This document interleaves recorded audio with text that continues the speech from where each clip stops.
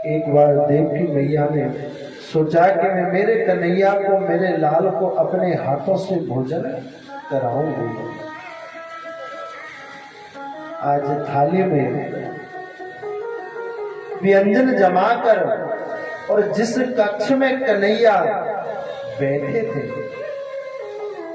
देवकी मैया जैसे ही कन्हैया के कक्ष में आई और कन्हैया ने जैसे ही थाली में मक्खन को देखा, मक्खन को देखकर कन्हैया हिचकियों से रोना शुरू कर दिया, क्योंकि मक्खन को देखकर यशोदा मैया की याद आ गई कि यशोदा मैया ही मुझे मक्खन खिलाती थी। आज देवकी मैया के हाथों से थाली छुटक गई और उद्धव जी महाराज के पास गई कि उद्धव जी आप देखकर आओ, कन्हैया रो क्यों रहा है। उनसे ये पूछना, मथुरा में कोई परेशानी है क्या? यदि कोई परेशानी हो तो बताना। उद्धव जी आए, अरे माधव एक केशव, आपको मथुरा में कोई परेशानी है? कि भैया परेशानी तो कोई नहीं है, केवल एक परेशानी है, मुझे ब्रजवासियों की याद आती है, मुझे ब्रजवासियों की याद आती है। ब्रज बिसरतना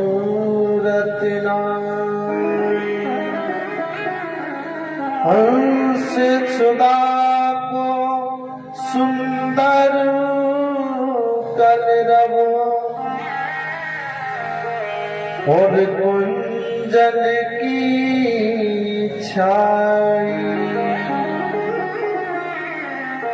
उधो मोए ब्रज बिसरत नहीं है, वो हर समय वृंदावन की याद आती है, उन ग्वालों की याद आती है, उन गोपियों की याद आती है, मेरी यशोदा मैया की मुझे याद आती है। यदि उद्धव ये मेरा पत्र ले जाओ और राधा रानी और गोपियों को ये पत्र को दे देना। उद्धव जी कहने लगे, मैं वृंदावन चला तो जाऊंगा, फिर तुरंत वापस आ जाऊंगा। भगवान ने कहा, ठीक है भैया, एक बार वृंदावन जाकर तो देख, हम आएगा। उद्धव वृंदावन पहुंच गए और जैसे ही, और कन्हैया ने उद्धव से ये भी कहा कि मेरा पीताम्बर साथ में ले जाना, नहीं तो तेरे से कोई बात नहीं करेगा। पीताम्बर को ओढ़कर और उद्धव वृंदावन की ओर चले गए और जैसे ही रथ को देखा, सब ग्वाल वाले दौड़ पड़े कि हमारा कन्हैया आ चुका है, हमारा माधव आ चुका है। सब ग्वाल बालों ने रथ को घेर लिया और रथ में जैसे ही कन्हैया को नहीं देखा और किसी को देखा, सब उदास हो गए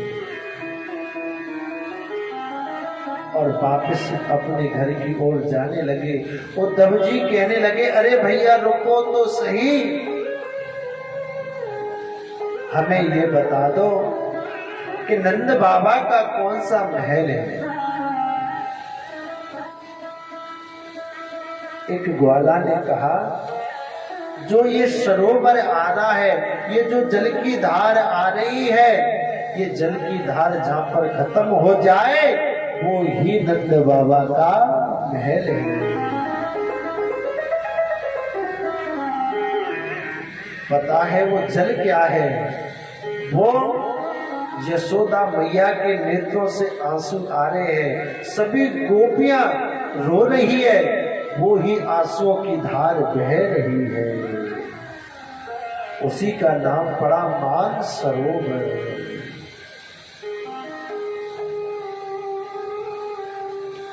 जैसे उद्धव जी पहुंचे, नंद रानी एक खंबे के सहारे से बैठी है और हर समय कन्हैया की याद कर रही है। जैसे उद्धव जी ने कहा, अरे भैया ये नंद बाबा को महल है ना।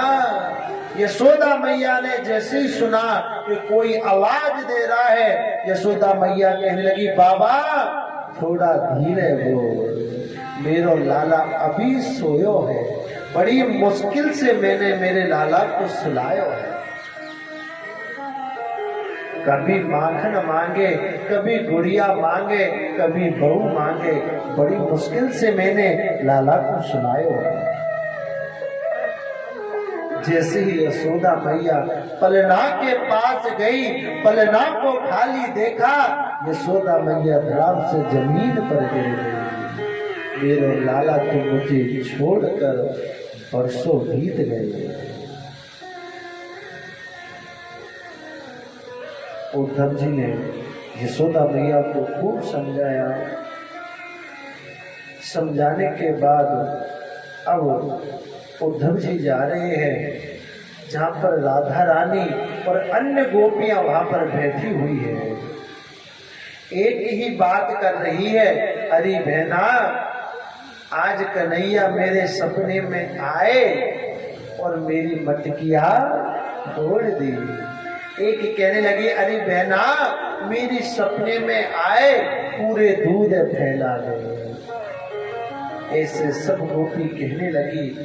एक गोपी राधा रानी से पूछने लगी, अरे राधा रानी तुम्हारे सपने में कन्हैया कैसे आए?